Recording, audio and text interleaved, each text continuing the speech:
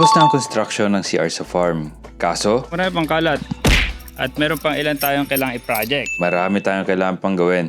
DIY at kung ano-ano pa. Sabi nga ng mga bashers, kayo na kaya ang gumawa sa susunod. So pagkatapos naming patagin, so may mga sobra tayong lupa, ilalagay natin yan doon. Tapos ilinis tayo niyan. Okay, granted.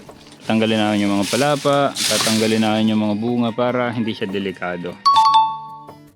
Okay, sa wakas, natapos na ang construction ng CR. Kaso, marami pang kalat. At meron pang ilan tayong kailangang i-project. So, yung una, na kailangan natin i-project yung linya ng ating tubig. Kasi ang meron pa lang dito ay yung abang. So, may abang na yan. Pero yung papunta doon sa gilid, wala pa. Pero yun muna yung unahin ko ngayon para matambakan namin yung gilid ng maganda. Level namin, tapos lalagyan namin ng graba. So ito yung itsura ng toilet natin. Nalagyan ng sabon, nalagyan ng tissue, gripo. Then dito sa gitna, yan, may design siya na kawayan. Ito, ako na yung magpapatong ng lababo. Then may abang din yan para sa gripo. Then dito sa shower, may mga abang din yan para sa outlet. Para dito sa ating switch. Yan. So dito sa pintura, kami ni Jay yung magpipintura niyan. DIY.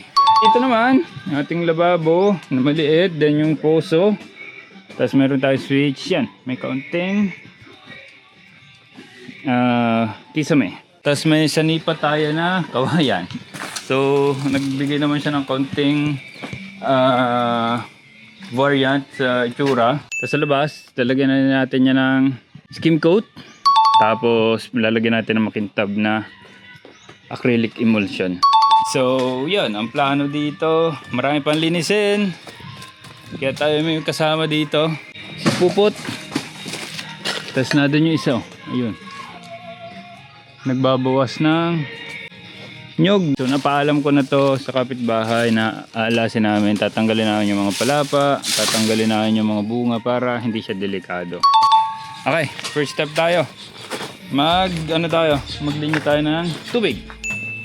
Dahil tapos na nga ni ang part ni na Foreman, DIY part naman.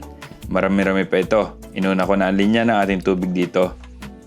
Nakaabang naman na ang mga nakabaon sa pader. Basic naman lang ito.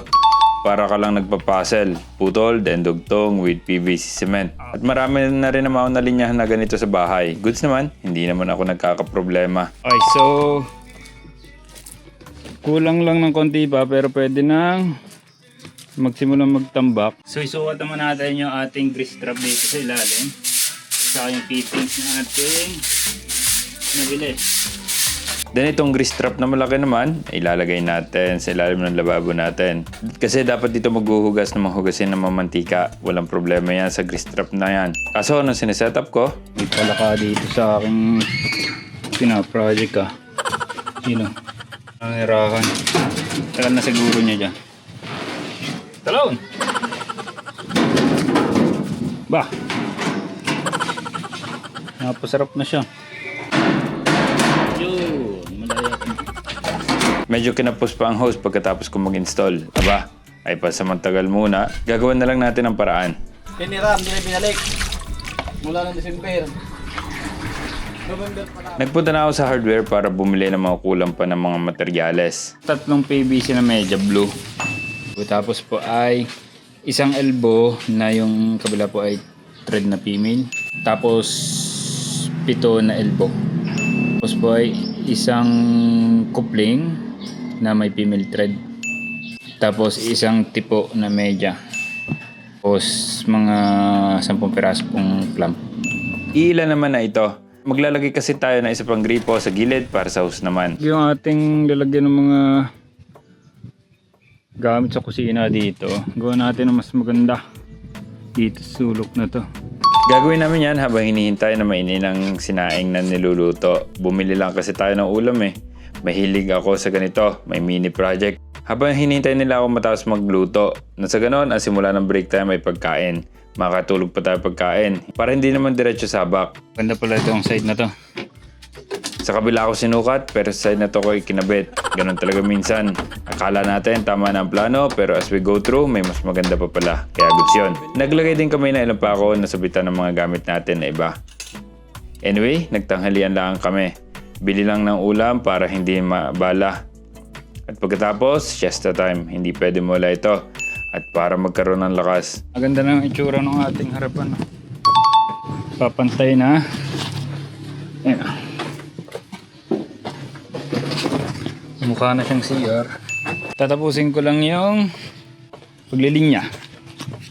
Anyway, habang gumagawa ako ng mga kailangan gawin, ang dalawa kong kasamahan, kinakalat nila ang lupa sa gilid para pumatag. Pero makikanting incline pababa para sa water flow. Okay, so pagkatapos naming patagin, so may mga sobra tayong lupa, ilalagay natin yan doon, tapos ilinis tayo niyan. Pero ngayon, linisin muna natin itong ating ito saka doon para magamit natin.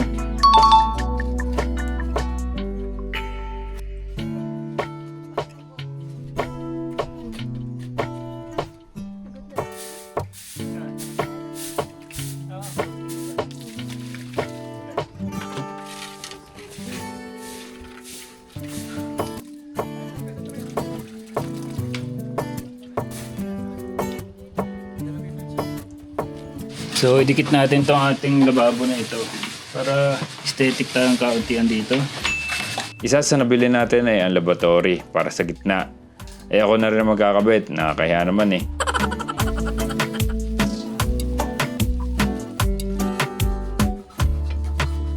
Oh, sipag oh. Tatay ka na dyan ano, kaya linis-linis mo ano. Ipot na ipot ka na dyan ano. Mahirap pala magpisa ng sealant kapag walang lalagyan niya. Katal naman eh. Ang alam ko, mura lang yun eh. Kaso, hindi ako nakabili dahil di naman madalas gumagamit ng ganito. Ano ka? Ano mo patawagin ha? Wala lang ako eh.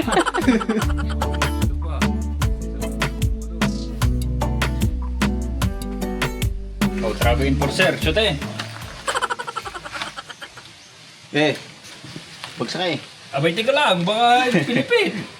Tingnan eh. Eh, wait, okay. Yan, wala. Pero eventually, natapos naman namin. Nagawa rin. Maganda pa ang pagkakadali. Maganda nga naman siyang tingnan. Kaso, marami pang kailangan gawin dyan. Pero unti-unti lang. For sure, matatapos namin yan. Huwag isipin ang full picture. Isipin kung paano makakagawa ng isang task ngayong araw. Isang task ngayon, pangalawa bukas, pangatlo sa susunod na araw. Di ba? Basta alam natin ang kailangan gawin at tingin natin ay tama. Dali ng dali. Yun lang. Peace.